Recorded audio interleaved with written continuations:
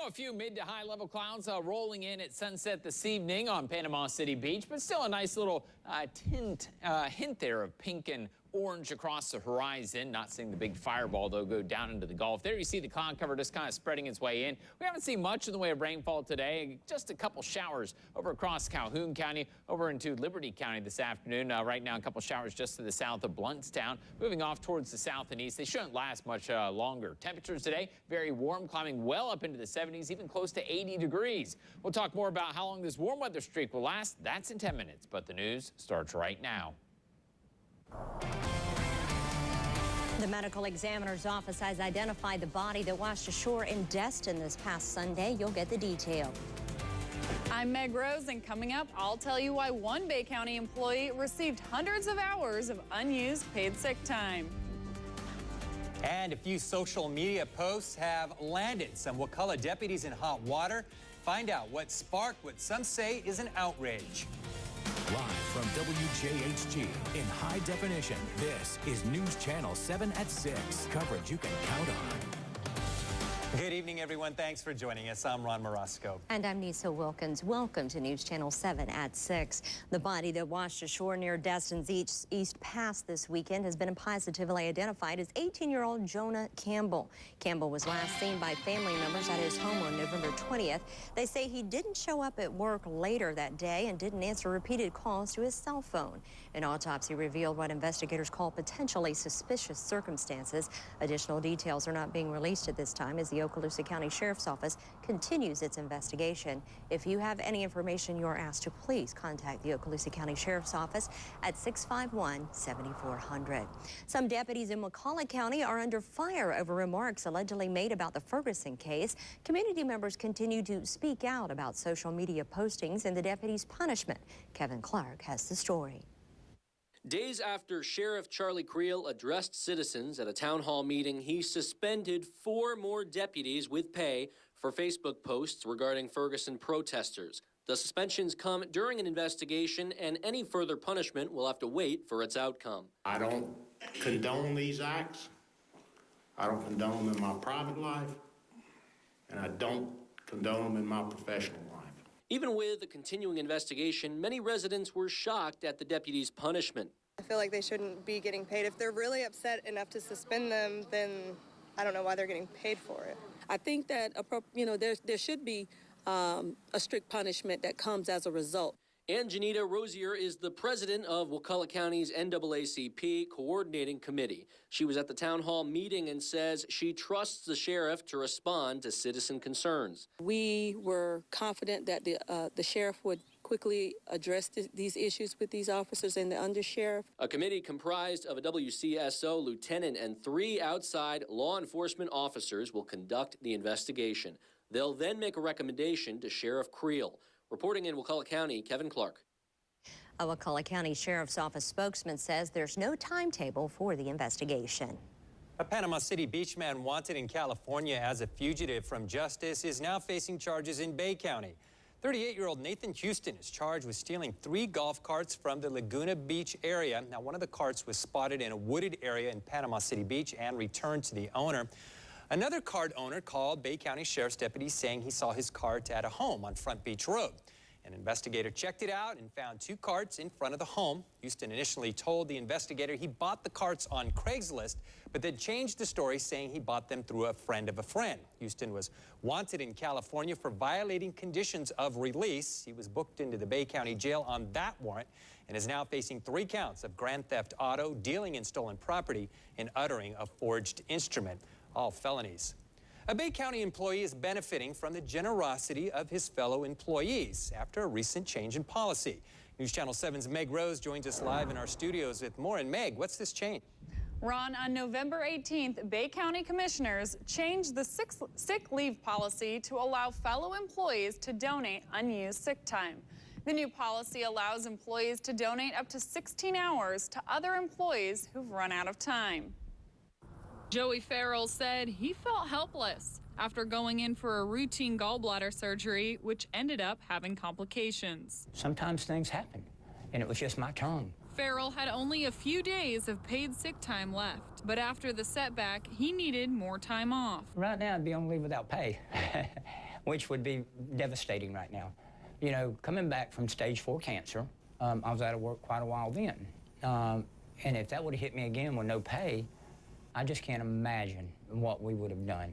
Just 2 days before his sick time would have run out, Farrell received a call from Bay County's HR department telling him he had received the maximum amount of donated hours. Just a couple of weeks ago, the county commissioners enacted this policy that will basically allow employees who have plenty of sick time that they're not going to be using it to donate to other employees who are in need of it. The new policy allows for each employee to donate a maximum of 16 hours. Recipients will be able to collect up to 320 total hours of unused paid sick time. However, the new policy does have certain criteria.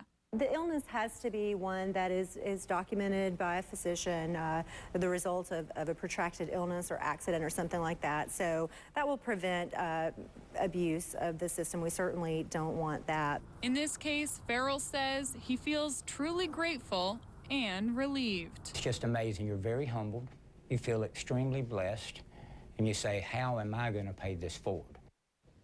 Farrell still has about 6 to 7 weeks left of treatments and says because of the generosity of his fellow employees, he can focus on the road to recovery and worry less about the financial stress. Ron? Oh, some good employees there, huh? Wow. Well, thanks, Meg. The new policy actually started when another employee brought it up to the county's attention. This person will also soon be benefiting from that change. I'm Mike Vasalinda in the state capitol, where an 81-year-old woman has completed a 400-mile walk for campaign finance reform. She's got a lot of friends. I've got the story coming up. And the weather may not have much of a holiday feel, but the Christmas lights certainly are helping things out here across the Panhandle. Look at this nice display over on Date Palm Court. Don't forget to submit your pictures at WJHG.com. Right there at the top of the page. Details on your forecast coming up next. You're watching News Channel 7 at 6 with Ron Marasco, Nisa Wilkins, Viper 7 weather with certified meteorologist Chris Smith, and sports with Scott Rossman. From the Viper 7 Weather Center, here is certified meteorologist Chris Smith. Very warm night tonight, very humid night, and certainly not much of a December feel here across our area. Live Viper 7 Doppler radar. Again, we've seen rainfall today. Not much, a couple sprinkles here and there. Basically, a lot of it back over across Calhoun County, over into Liberty County this afternoon. You see that little shower just kind of fizzling out. It's over near Bluntstown, just on the south side of town. But now that we've lost the heating of the day, those showers are now beginning to dissipate. Temperatures currently still close to 70 degrees from Panama City into Panama City Beach and up into Southport this evening. Temperatures all over our area. Again, very slow to fall this evening. It's down to 66 in Mariana and 66 degrees in Florala. You look at where dew point temperatures are, and that's the best measure of the amount of moisture in the atmosphere. Now, a summertime dew point usually is, 70 to 75, 76, 77 degrees.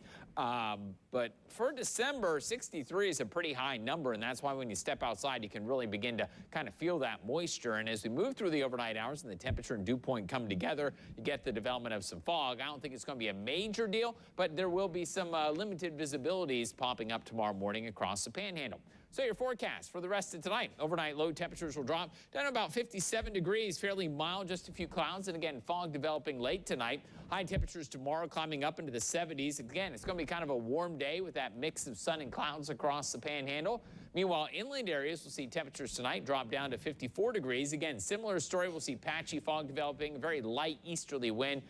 Temperatures, again, going to be very mild, at least for this time of year. And then temperatures tomorrow will climb up into the mid to upper 70s under partly cloudy skies. Temperatures running well above average. We should be in the upper 60s. We'll be up into the upper 70s tomorrow. In some places, could get close to record territories like Tallahassee today, climbing up to 81 degrees. So cloud cover just kind of filtering in here. And we have a big ridge of high pressure that's just kind of protecting us, allowing a few clouds across our area. The next winter storm system out across the western United States. It's going to move through the Four Corners. That's going to be the next one to get at least close to us, and you'll see this. This is tomorrow night at 6 o'clock, so it's already moved from here out to, past the Four Corners, out into the panhandle of Texas and Oklahoma. As we move throughout time, most of the moisture is going to get pushed to the north. We'll have this just kind of a nudge of high pressure pushing up against it, and as the rain showers move in, they'll fizzle on out this weekend. So I think other than some cloud cover, it's mainly going to be a dry forecast and a warm forecast with temperatures in the 70s,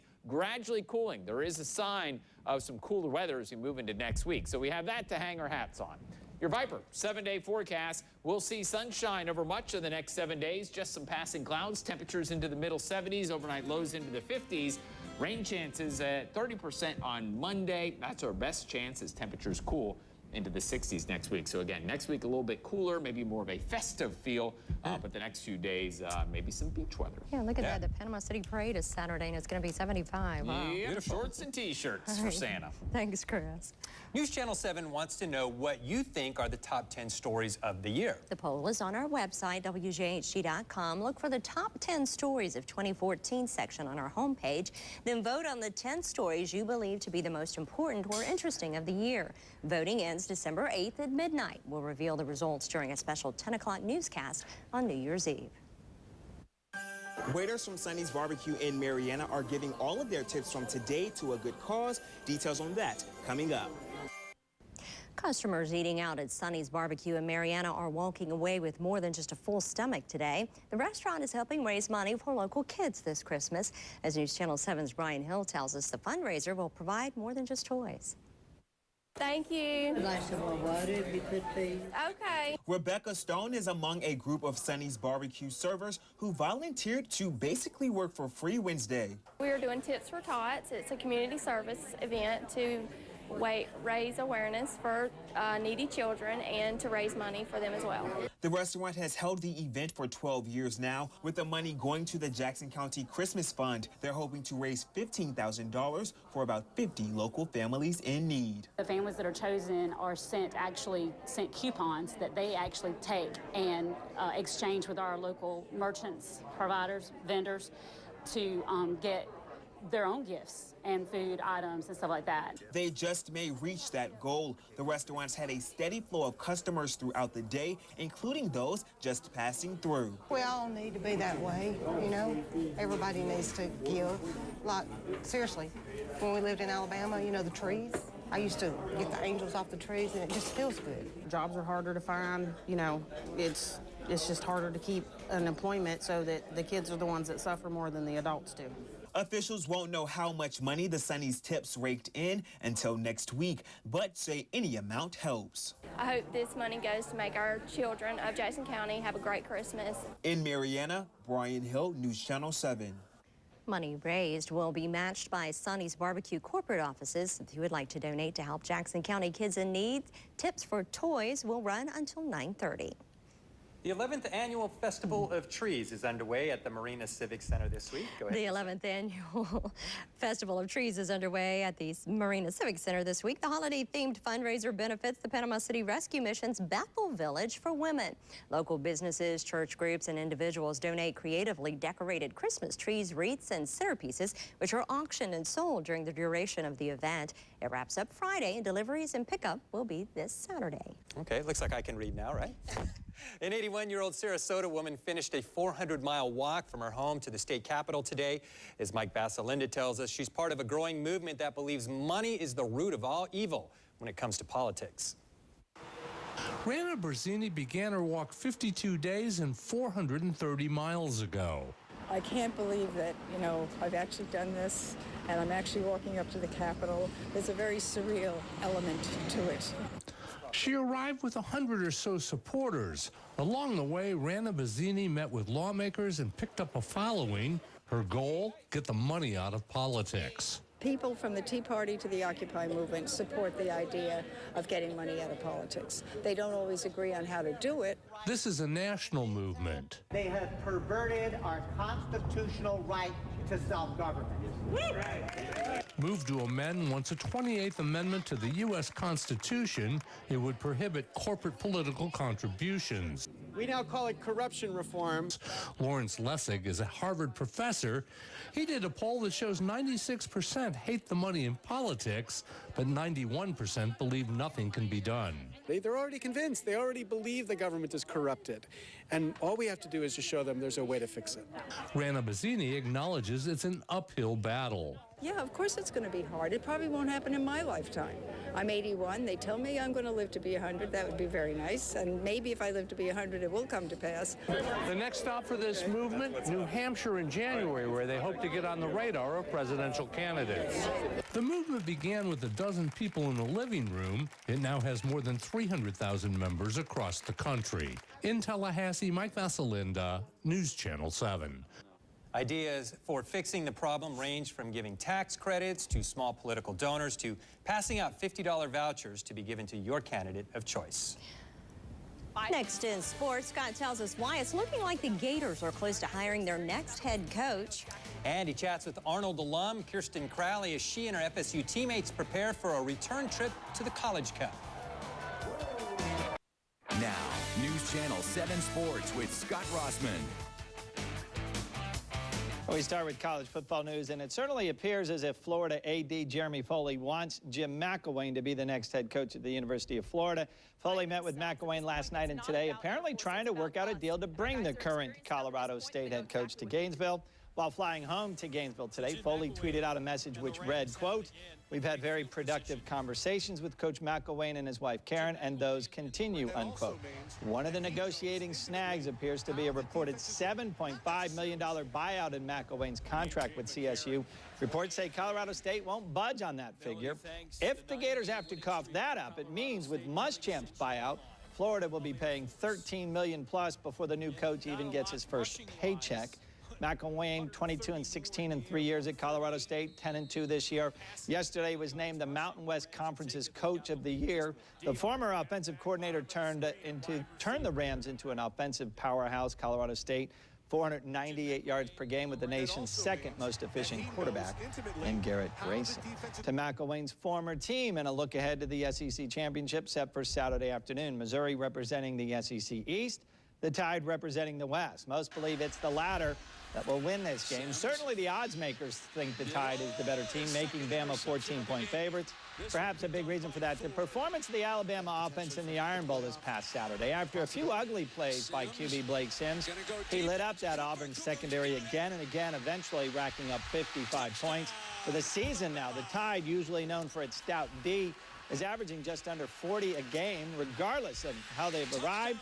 Nick Saban just thrilled to once again be making plans to be in Atlanta.